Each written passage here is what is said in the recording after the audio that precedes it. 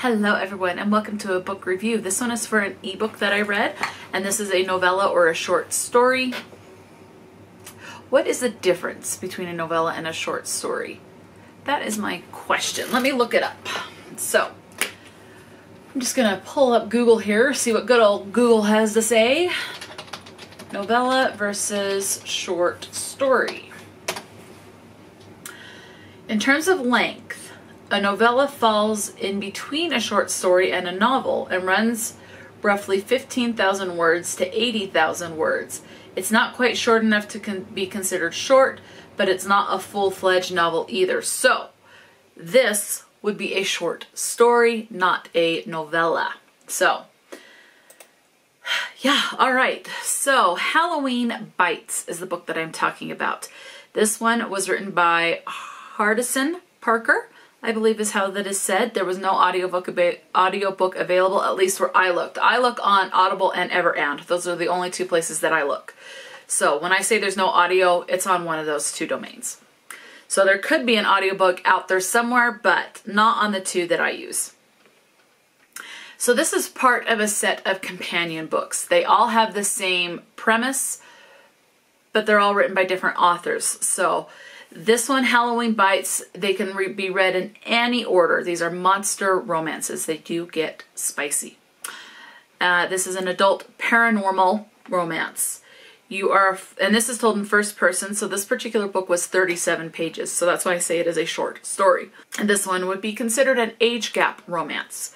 We have Marissa, who is the main female character. She is 25 years old. She is an ad writer for social media. She gets together or gets a text from one of her friends to go to a Halloween party, and she decides to go and meet up. So she is done with college, but they're going back to have a party with a group of people they went to college with before, but she wasn't really friends with these other people. She's just going to be there with her friend.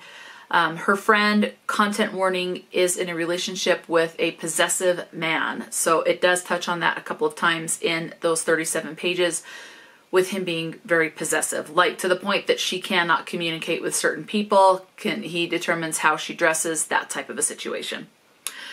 The main male character is named Sebastian, and he is 500 years old.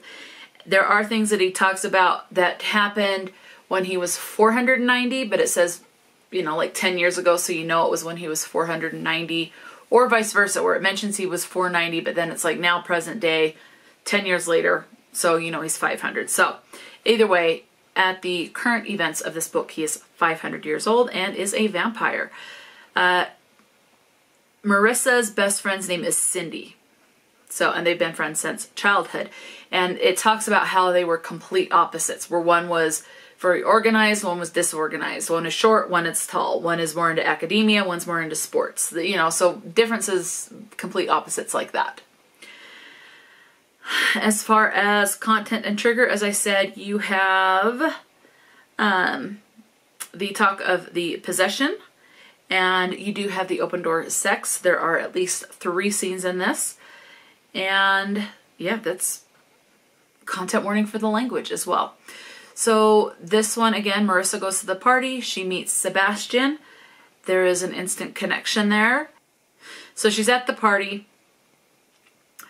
They end up in this room. They start getting frisky, get interrupted because the door is not supposed to be locked. They end up back at her place and they have the sex. He leaves his phone number and they have sex again. So yeah, there's at least the 3 spots where it does get spicy. So that's really all I can say with it being only 37 pages. Now, with that out of the way, let's talk about the word count. Please be aware you definitely need to be 18 or older to read this book. And I'm sure every book in this, again, this is part of a series where the premises is all the same. They are all monster romances, all from different authors. And the series is A Monstrous Mistake. But again, you can read these in any order. They are not numbered. Just read them however you want. So again, 18 or older. And definitely proceeding from this point in this video. So we have the words. Now a lot of these words, they'll have different variations. Like, for example, aroused could be aroused, arousal, arousing. You know, that type of a situation. And you have words like balls could be like, I'm not referring to like a kickball or some kind of sporting ball that a lot of people can play with. I'm talking about bodily anatomy in that case. So if there's something like the word flower, you go out and look up flowers, you can smell the flowers, but in this case it's referred to as a body part on the female body. So they're all sexual is what I'm trying to say. So definitely need to be 18 or older from this point on in this video. So let's go ahead and get into the words and the word count. We have bitch 1 time, wet once, the word clit 9 times, hard once, prick twice, hilt once, juices twice, lips 3, wench 1, nipples 14, head once, ass 4, climax 5, the word God once, not in a religious sense, damn 4 times, come 7. Now again, this could be came or come, C-O-M-E. Either way, means the same thing. One's just past tense, one's current tense. Moving on, we have the word cunt 3 times.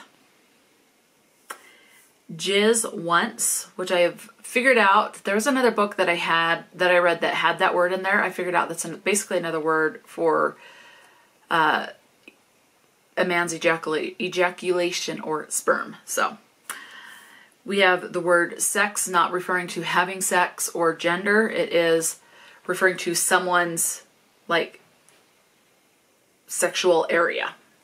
Anyway, moving on, we have orgy 1 time, orgasm 9, flower once.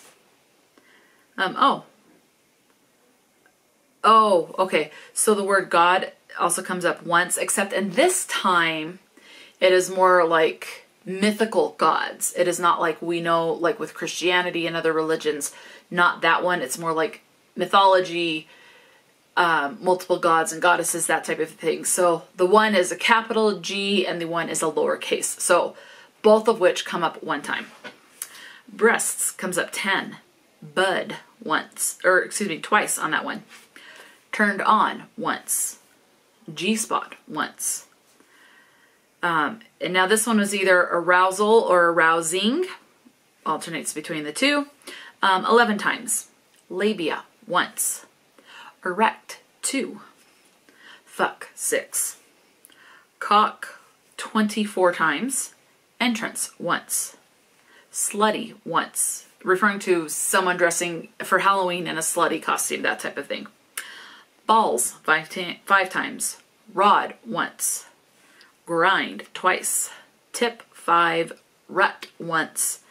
And for those of you who do not know, rut has been used as another form, it's another word to use if you don't want to use fuck. So it's one of the two. But in this case, the actual word rut is used 1 time. Bullshit once. Jerking once. Pussy 12. Cum, C-U-M 10 times. Slut once.